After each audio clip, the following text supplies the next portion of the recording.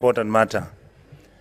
Mr. Speaker, I just want to generalize my comments because there's an observation I have made. Many of our leaders want to destroy institutions who have a responsibility of making sure that our country runs properly. Mr. Speaker, Honorable Moses Kuria is somebody I've been in Parliament with for many years, including yourself. To a large extent, we have found him extremely intelligent and somebody who made sense.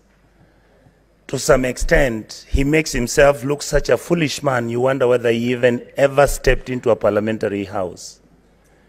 And yet, sometimes Moses doesn't understand that what he says means a lot to Kenyans. And indeed, our words have consequences.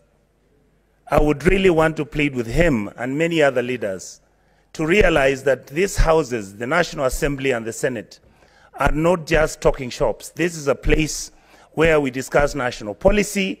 This is a place where we influence public opinion. And this is a place where it is assumed that we'll be providing direction on where our country is going. I really would like, Mr. Speaker, to plead with anybody who knows Moses like I do and many others. We talk to him and tell him that he has to up his game. At this rate, all of us are going to become his enemy. Thank you, Mr. Speaker. Now, honorable senators, we've done 3 senators each from each side.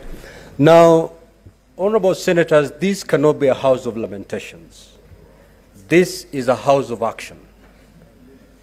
Pursuant to the point of order that has been raised by the majority leader, I implore upon you, honorable senators, to use or to take full advantage of the standing orders to bring sanity